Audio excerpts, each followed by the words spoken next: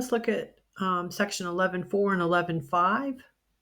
So I've snipped the area from the textbook they'd like us to look at there.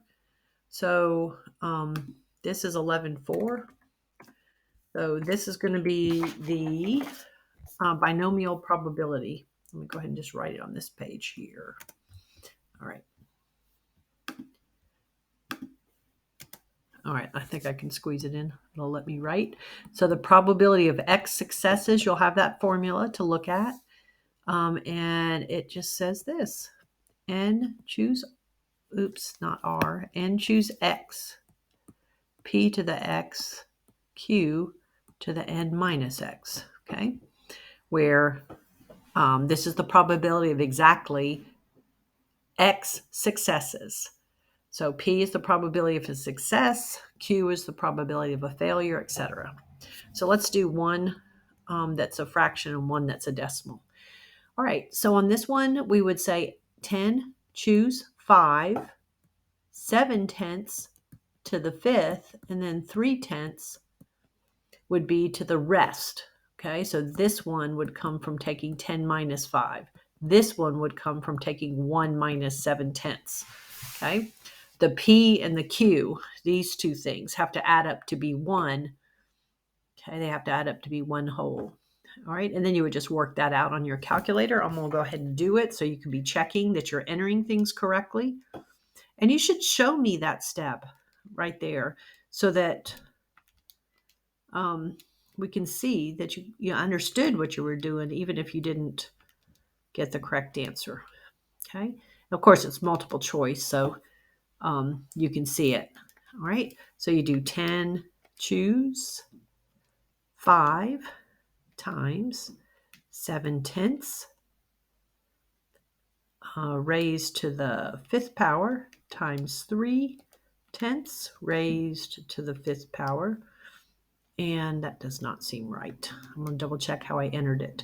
10 choose 5 times 7/10 raised to the 5th times 3/10 also raised to the 5th. All right, and I got like 0.1029, and they'll tell you what they want you to round to. Let's say we round to 4 decimal places. Okay, all right, and then this guy would be 30 choose 22.6 raised to the 22nd power. To get my Q value, for that value right there, I'm going to do 1 minus 0.6. So that would be 0.4. And to get the exponent on that, I would take 22 minus 30 and get 8. So remember, the 2 at the top have to add to be your N, and the probabilities have to add to be 1 whole. Right, now once you get all that set up, then it's just entering it on your calculator. Okay, so you should check that. Make sure that's not where you're messing up. So if I did that, 30 choose 22 times 0.6 raised to the 22 power times 0.4 raised to the 8th power, I would get 0.0505 if I rounded to 4 decimal places, because there was an 8 after that spot. So it's closer to 0.0505 than it is to 0.0504. Oops. Now, another one they suggested we look at is the one dealing with prescription drugs, side effects, that kind of thing.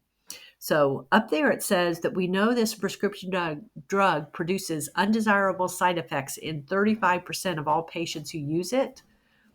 Among a random sample of 8 patients using the drug, what's the probability that none of them have undesirable side effects? Okay, so that would be the probability of no side effects. So you would take the 8 patients, okay, it's a random sample of 8 patients, and we want none of them to have undesirable side effects. So 0.35 raised to the 0 power, and then if 35% have undesirable side effects, then 65% will not, okay, and that would be to the 8th, okay. Exactly 1 would be P of 1, and how that would affect things, you would change 8, choose 1, 0.35 to the first, 0.65 then to the seventh. Okay. And then like if 41 is a lot like that. If they wanted more than 2, that would mean you'd need to do probability of 2, more than 2 actually. So not 2.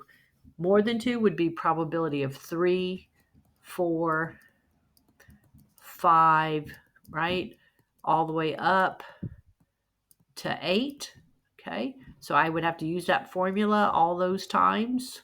Okay. Or if I knew the probability of none, like probability of none, the probability of 1, the probability of 2, I could add those up and take them away from 1. Okay.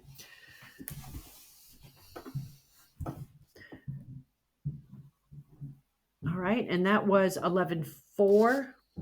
And that then the next thing they suggested, the next thing we need to do is expected value. So let's look at question number 13. They suggested we look at.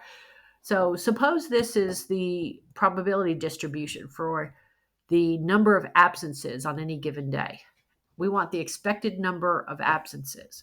We would take 0, multiply it by 0.18, plus 1 times the probability of only one absence, plus 2 times the probability of 2 absences, and so on. Okay, 3 times point. Let's see, I'm gonna have to move down to a new line, so let me move anyway. Plus 3 times 0.23 plus 4 times 0.04, and that will give us our answer. Okay, so let's see what that turns out to be. You should try it. I want to make sure your mistakes are not just that you don't know how to type things in properly. 0.04. Okay, so 1.69 absences would be the expected number. Okay.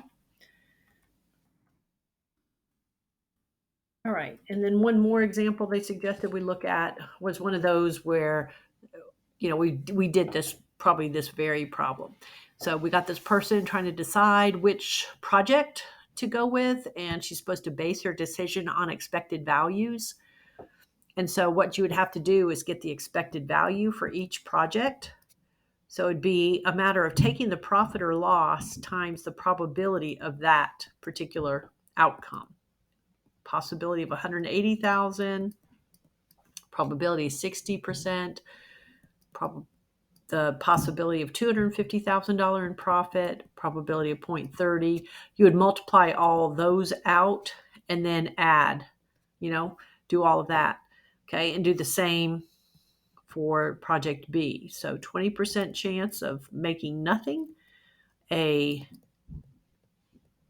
210,000, you got the probability 35% chance, 0.35 of that happening, and then 290,000, there's a 45% chance.